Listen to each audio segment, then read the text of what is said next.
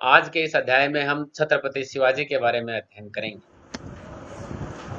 शिवाजी लगभग तो थोड़ा बहुत तो आप जानते हैं कि जी इनका जन्म कब हुआ,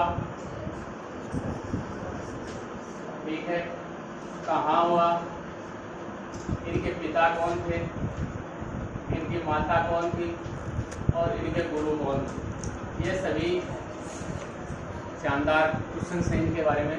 शिवाजी जन्म होता है इनका 20 अप्रैल 1627। साथ में इनकी मृत्यु भी कर देते हैं यहाँ पर 1680 यानी 1627 से 1600 ये कर देते हैं। अब कहाँ होता है तो इनके पिता के पास रहती है पुन्ना की जागीर, ठीक है। पुन्ना की जागीर या पुन्ना के अंदर शिवनेरी की एक बुर्ज है।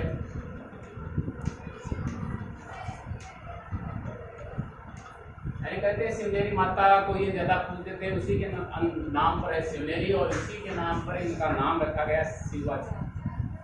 पिता थे इनके शाहजी भोसले,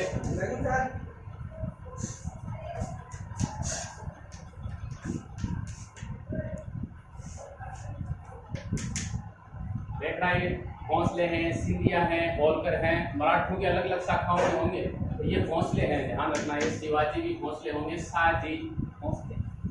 माता है इनकी तीन पत्नियां थी शाहजी भोसले। इससे पहले एक हुक्काबाई और थी और एक नरसाबाई, लेकिन अपने को कोई मतलब नहीं, कहीं भी इससे संबंधित कोई क्वेश्चन नहीं आता, सिर्फ ऐसे ही मैंने लिख दिया है, कोई मतलब नहीं है। वैसे तो इसके दादाजी का नाम मालोजी था, इससे भी अपने को कोई मतलब नहीं है। गुरुओं की हम बात करते हैं तो जब ये 10 वर्ष की उम्र में थे शिवाजी, तो इनके पिता इनको पुन्ना की जागीर देकर स्वयं कहाँ चले गए जी? बीजापुर चले गए। बीजापुर कहाँ है? कर्नाटक। कर्नाटक में बीजापुर जगह पर चले गए और पुन्ना की जागीर है वो किसे दे दी जी? शिवाजी। 10 वर्ष की उम्र में ये अगर व्यस्त है इस समय, तो ढंग से ये शासन का संचालन कर नहीं पाएंगे इस समय। तो इसके एक तो संरक्षक में रखते हैं दादाजी कोणदेव, ये गुरु हैं इनके। इनसे और इनकी जो माता है जीजाबाई,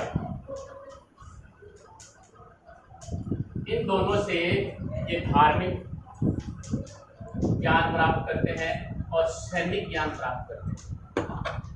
यानी इनकी माता ने और दादाजी कोणदेव ने इन्हें बताया रामायण, महाभारत, विभिन्न धर्मशास्त्रों के बारे में और किस प्रकार से सैनिक के रूप में प्रवेश किया जा सकता है। कहते हैं बचपन में जब ये खेल खेला करते थे तब भी ऐसा ही खेल खेलते थे कि छोटे छोटे बच्चे होते थे और ये स्वयं उनके राजा बन जाते थे और किलों को जीतते थे, और आगे चलकर भी यही काम इन्होंने किया है। खेल खेल में देखो अभ्यास कर लिया है। एक तो इनसे तो ये शिक्षा लेते हैं, फिर जब थोड़े और ये बड़े हो जाते हैं तो एक गुरु और हैं समर्थ रामदास। इन्होंने एक पुस्तक लिखी थी, बहुत इंपॉर्टेंट पुस्तक है, दास बोध। और ये जो रामदास है वो धरकरी संप्रदाय से संबंधित है। कई संप्रदाय आते हैं उनमें, इस समय हम यही देखेंगे धरकरी संप्रदाय से ये संबंधित। और इनसे इन्होंने जो शिक्षा ली थी वो थी आध्यात्मिक शिक्षा।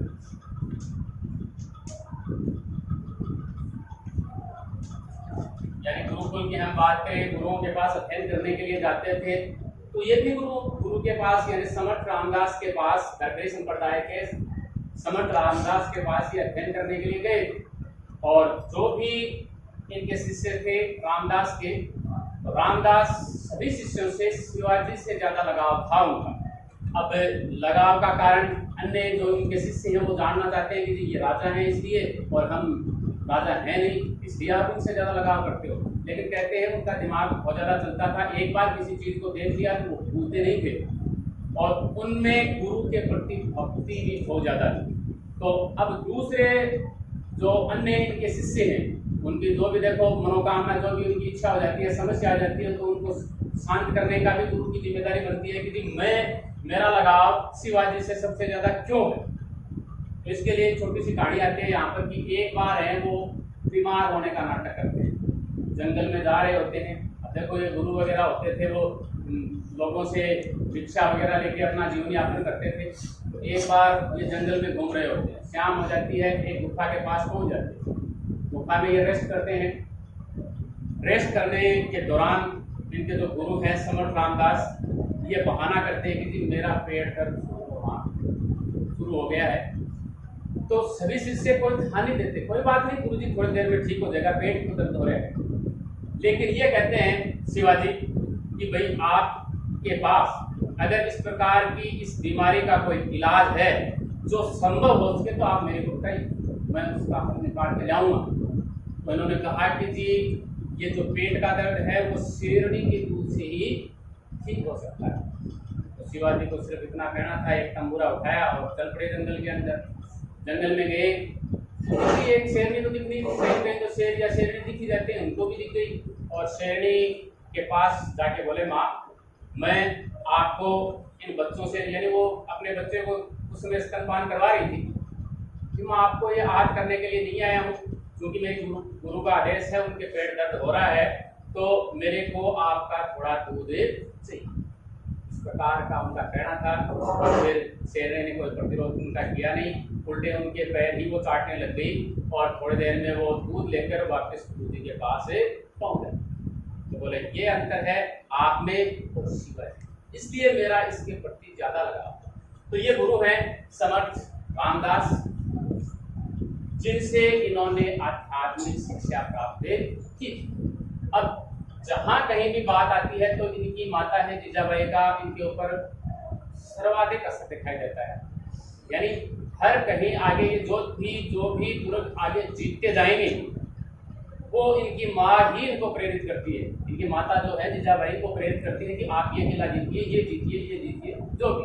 अब देखो इनको पुनः की जागीर प्राप्त हो जाए। फिर ये एक जगह है मावल या मावली, आप जो भी कहें, उस जगह को अपना डेरा बनाते हैं। यानी सर्वप्रथम ये यहीं से शुरुआत करते हैं। कौन है? शिवा। आगे ये चलते हैं तो देखो इनका सबसे पहले प्रतिरोध रहता है बीजापुर। बीजापुर अगर हम बात करें भारत के मानचित्र में तो बीजापुर कहाँ है जी? कर्नाटक है। आपको मैंने बताया कि बीजापुर कहाँ है?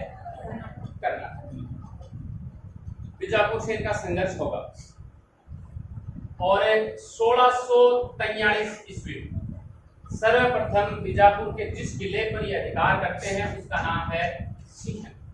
यानी इस समय बीजापुर के ऊपर आदिल शाह, मोहम्मद आदिल शाह का शासन था और आदिल शाह बीमार हो गया था, लगभग मृत्यु शैया पर वो पहुंच गया था। तो ऐसी अव्यवस्था देखकर शिवाजी एक उपयुक्त मौका जान लेते हैं कि ये बहुत ही उपयुक्त मौका है। जबकि देखो इसके पिता बीजापुर के संरक्षण में हैं, वहां पर मंत्री पद पर आसीन है, लेकिन फिर भी ये सिंहगढ़ को 1643 ईस्वी में जीत लेते हैं। फिर आगे दूसरा जो ग्रुप जीतते हैं 1646 में तोरण का।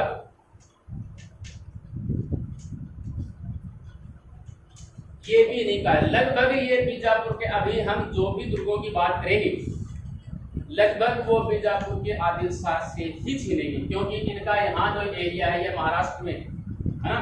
और महाराष्ट्र का देखो ये जो एरिया है, यहाँ से महाराष्ट्र और कर्नाटक वगैरह का जो एरिया है इसे कोंकण तट कहते हैं। यानी ये पश्चिमी महाराष्ट्र और कोंकण जो तट वगैरह है उसके ऊपर बीजापुर का हस्तक्षेप लगभग पहले नहीं के बराबर था। यानी मराठा शक्ति के बाद में उत्कर्ष हो रही है, लेकिन इससे पहले इनका यहाँ पर ज्यादा हस्तक्षेप बीजापुर वालों का नहीं। अब देखो 1643 ईस्वी में ये इस दुर्ग पर अधिकार कर लेते हैं, 1646 पर इस पर कर लेते हैं। इससे पहले देखो ये क्या करते हैं, इससे पहले यानी इनका मुख्य उद्देश्य था, मराठा हैं वो अभी तक असंगठित थे, कोई किसी के संरक्षण में कार्य कर रहा था, कोई बीजापुर था तो कोई गोलकुंडा था तो कोई मुगलों के दरबार में कार्य कर रहे थे। पहला इनका उद्देश्य था कि मराठाओं को संगठित करना, कार्य है ये शिवाजी के। और स्वतंत्र हिंदू साम्राज्य की स्थापना। अगर ये मराठाओं को संगठित नहीं करेंगे तो हिंदू साम्राज्य की स्थापना नहीं कर पाएंगे। तो स्वतंत्र हिंदू साम्राज्य की स्थापना करना का इनका उद्देश्य था। लेकिन ये सब कुछ ये कहते थे कि मैं हिंदुओं के उद्धार के लिए शासक बनूंगा, कहने का मतलब ये था। लेकिन सब कुछ ये राजनीतिक था, यानी धार्मिक कम राजनीतिक ज्यादा था। वो और ब्राह्मण प्रतिपालक की इन्होंने उपाधि धारण की। हिंदू धर्मोद्धारक कि हिंदुओं का धर्म का उद्धारक है वो मैं ही कर सकता हूं और कोई नहीं कर सकता। इस प्रकार इसके बाद में ये दुर्गों पर अधिकार करते हैं। इस प्रकार की ये डिग्रियां लेते हैं, उपाधियां लेते हैं। दो दिए उपाधियां ली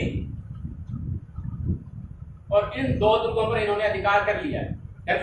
इसके बाद में 1648 ईस्वी में ये पुरंदर जो दुर्ग है, सब कुछ ये महाराष्ट्र में पुरंदर दुर्ग पर अधिकार कर लेते हैं। और यहाँ का राजा था उस समय नीलोजी नीलकंठ। एक दो दुर्गों के नाम आते हैं जिनके शासकों का वर्णन है, और वैसे कोई पूछेगा भी नहीं कि वहां पर लगभग शासक कौन था। आपको याद रखना है कि पुरंदर पर अधिकार करें, ठीक है। फिर देखो कहते हैं कि 1656 ईस्वी तक चाकण दुर्गों के नाम है सुप्पा, तिकोना, लोहगढ़, आगे देखो बारामती और ये पुरंदर। यानी 1656 ईस्वी तक इतने दुर्गों पर शिवाजी अधिकार कर लिया। ये देखो इनकी प्रथम विजय है। आपकी किताब में तोरण विजय दे रखी है, लेकिन प्रथम विजय ये है। लेकिन आप अपनी किताब के अनुसार चलना। 1646 यहां से ये 2 लाख मूल लेते हैं। लूट का माल इन्हें मिला है। और इससे एक दुर्ग है ममरूगढ़, इसका पुनर्निर्माण करते हैं ये, और उसको नाम देते हैं। आपकी किताब में राजगढ़ है, लेकिन नाम है उसका रायगढ़। उसको रायगढ़ नाम देते हैं। 1656 ईस्वी तक इतने दुर्गों पर ये अधिकार कर लेते हैं। 1656 ईस्वी में इनकी विजय होती है चावड़ी में, और ये इनकी सबसे महत्वपूर्ण विजय थी।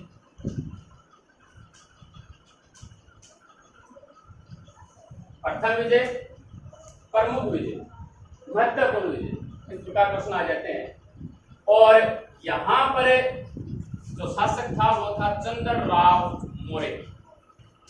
यह आपकी किताब में लिखा हुआ है।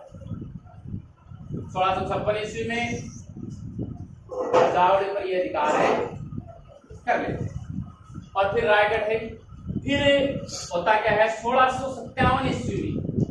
अब तक देखो मुगल हैं, इनके आसपास नहीं आ पाए हैं, क्योंकि उस समय 1657 की अगर आप बात याद करते हो तो उस समय शाहजहां बीमार पड़ जाते हैं, उत्तराधिकारी का लगभग संघर्ष शुरू हो जाता है, वहां अव्यवस्था है, तो मुगल इनसे नहीं उलझेंगे।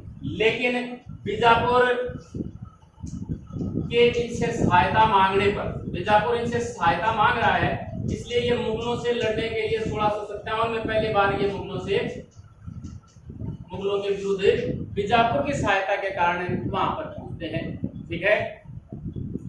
और जुन्नार का एक किला है, उसको लूट के आ जाते हैं। भाई कि यहाँ तो मुगलों में तय व्यवस्था है, तो लगे आते हैं, मैं जुन्नार का जो किला है उसको लूट लेता हूँ। अधिकार नहीं किया है, सिर्फ लूटा है यहाँ पर, ठीक है।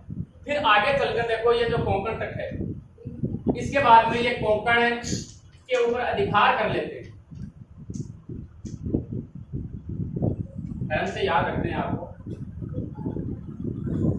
कोंकण पर इन्होंने अधिकार कर लिया।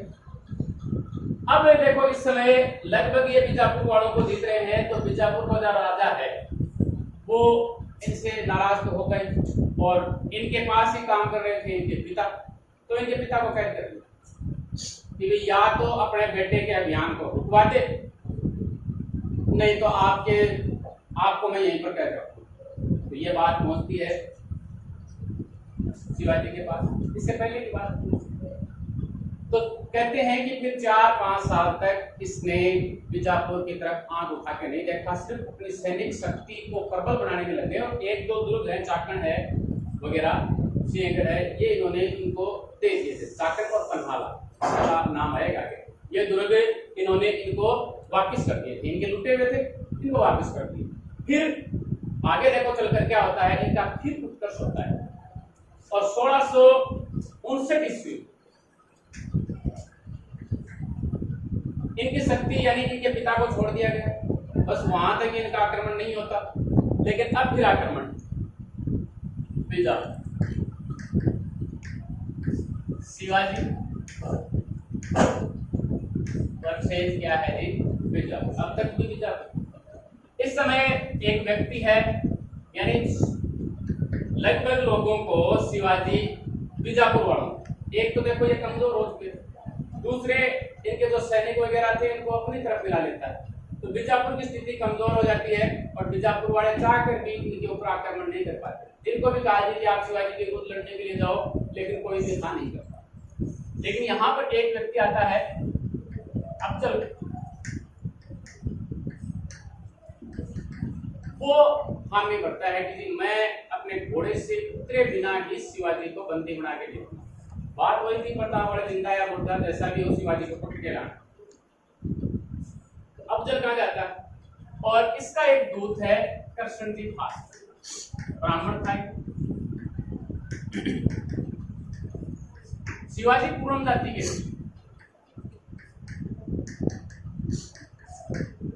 कृष्णजी भास्कर ये अफजल खां का दूत बनकर जाता है किसके पास, शिवाजी के पास। अब ये शिवाजी के पास पहुंच गया। अब शिवाजी देखो चालाक तो बहुत सारे थे, मैंने कहा कि वो प्रगाढ़ थे एकदम, यानी जो भी बात एक बार सुन लेते थे उनके ध्यान में आ जाती थी। जबकि जो अफजल खां है इनसे शक्ति में, पुलिस स्वयं की बात है, औरों की बात नहीं कर रहा, शक्ति में शिवाजी से बहुत ही बलिष्ठ था। देखो मराठे होते हैं ज्यादा, उनकी हाइट नहीं होती, इनकी हाइट भी बहुत ज्यादा थी। उसने सोचा कि जैसे ही मैं शिवाजी के पास जाऊंगा और उसको काक में दबा के मार दूंगा, इतना ही तो है शिवाजी। लेकिन ये दिमाग वाला था, शिवाजी अलग था, ये दिमाग से सोचने वाला था, शक्ति से सोचने वाला नहीं था। इसने सर्वप्रथम तो क्या किया, कृष्णजी भास्कर को अपनी तरफ मिला के, और कृष्णजी भास्कर से उनका मंतव्य जान लिया कि अफजल खां करना क्या चाहता है, तो फिर ये करना चाहता है। तो कहते हैं एक जगह है प्रतापगढ़, महाराष्ट्र में, ये अपना वाला प्रतापगढ़ मत याद कर लेना।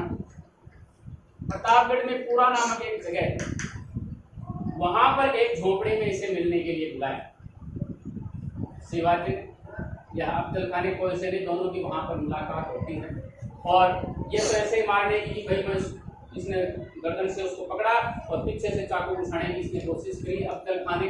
लेकिन ये देखो शिवाजी क्या है, ये अपने साथ है, एक तो देखो कवच अपने शरीर के ऊपर लगा के गया और सिर के ऊपर लोहे की टोपी लगा के गया, और 2 हथियार ये ले गया, बाघनख और बिछुआ। बाघों के नाखूनों से तैयार किया गया था बाघनख, और ये अपने यहाँ छुपा के ले गया कि पता नहीं क्या है, इसको तो पता ही था। कृष्णजी भास्कर ने बताया कि ऐसा होना है, आपको मारेंगे निश्चित है। तो ये इस प्रकार से छुपा के ले जाता है, वो दबाता है, चाकू जैसे घुसाने की कोशिश है, उस समय ये बाघनख निकालता है और उसको मार देता है।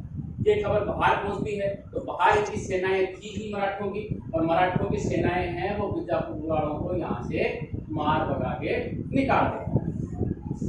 अब ये यहाँ से निकल जाते हैं, 1659 की बात है, बीजापुर वालों का काम है खत्म है। अब देखो 1660, अब हम बात करेंगे शिवाजी और मुगलों की। अलग अलग पॉइंट बनाकर याद करना है। बीजापुर के बाद पास हम वापस फिर चलेंगे, बीजापुर से तो इनकी विशेष दुश्मनी रहेगी।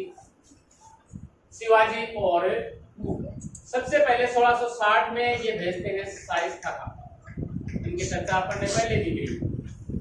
और 1663 ईस्वी तक ये कहते हैं कि जी पूना का किला जीत लेते हैं, काकड़ का किला जीत लेते हैं, है ना। इस प्रकार के सिंहगढ़ का किला, इनके ऊपर ये अधिकार कर लेते हैं 1663 ईस्वी तक। अब ये बात शिवाजी को कैसे अच्छी लगी? शिवाजी को अच्छी लगनी नहीं। तो एक रात्रि में यानी 1663 ईस्वी में ये अपने 400 मराठा सरदारों के साथ ऊना के महल में, यानी शाइस्ता खां उसी महल में ठहरा था जिसमें 1640 में यहां लिख देता हूं, सई बाई निम्बालकर या साई बाई करते हो, आपकी मर्जी है, से विवाह हुआ था शिवाजी का और ऊना के लाल महल में। तो इनसे इनकी यादें जुड़ी थी। इसी महल में है यहाँ पर 1663 में ऊना की जो शिवनेरी दुर्ग है उसके लाल महल में कौन है? शाइस्ता। अभी आते हैं अपने 400 मराठा सरदारों के साथ में।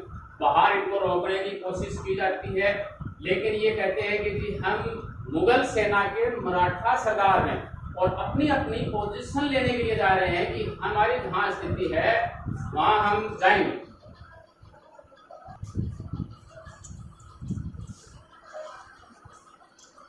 (1663) में ये आक्रमण कर दिया। अंदर जब ये जाते तो रात्रि के अंदर रात्रिकालीन आक्रमण है इनका।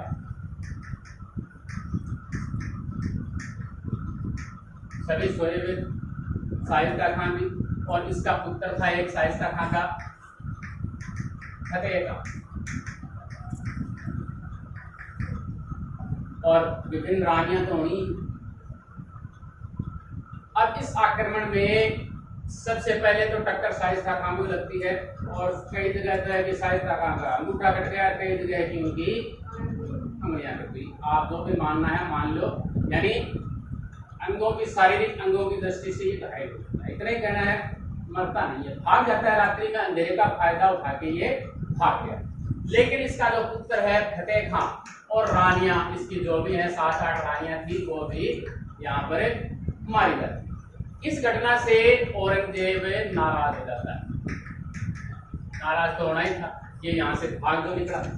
औरंगजेब नाराज हो गया तो इसे, यानी जो कौन है, शाइस्ता खां, शाइस्ता खां को ये बंगाल भेज देता है। शाइस्ता खां वैसे क्या था, इसका मामा, रिश्ते में ये औरंगजेब का मामा। 1663 की बात हो गई। इसके बाद में देखो मैंने आपको बताया था जसवंत सिंह के अंदर, जसवंत सिंह और मुअज्जम को भेजा जाता है। मुअज्जम कौन था? औरंगजेब का पुत्र। ये दोनों आते हैं, लेकिन ये भी क्या हो जाते हैं जी, असफल हो जाते हैं। शिवाजी को पकड़ने में ये नाकाम हो जाते हैं। अब ये नाकाम हो गए तो शिवाजी का उत्साह और ज्यादा बढ़ गया। तो 1664 ईस्वी में ये सूरत पर आक्रमण करता है। 2 बार करेगा, 1670 में भी करेगा। ये 1664 ईस्वी में सूरत पर आक्रमण करता है और 1 करोड़ के रत्न और आभूषण ये यहाँ से लूट के ले जाता है। इस समय ये चौथ और प्रदेश मुक्ति की यहाँ मांग नहीं करता, सिर्फ ये लूट के ले जाता है। आगे जब दोबारा आक्रमण करेगा तो वहाँ ये चौथ और प्रदेश मुक्ति की भी मांग करेगा। तो 1664 ईस्वी में सूरत को लूट लिया। अब औरंगजेब को धक्का लगना ही था, भाट का बादशाह है और उसके साम्राज्य में ये खालसा प्रांत था और खालसा प्रांत को लूट लिया। शिवाजी की उपलब्धियों के बाकी भाग का अध्ययन हम अगले वीडियो में करेंगे।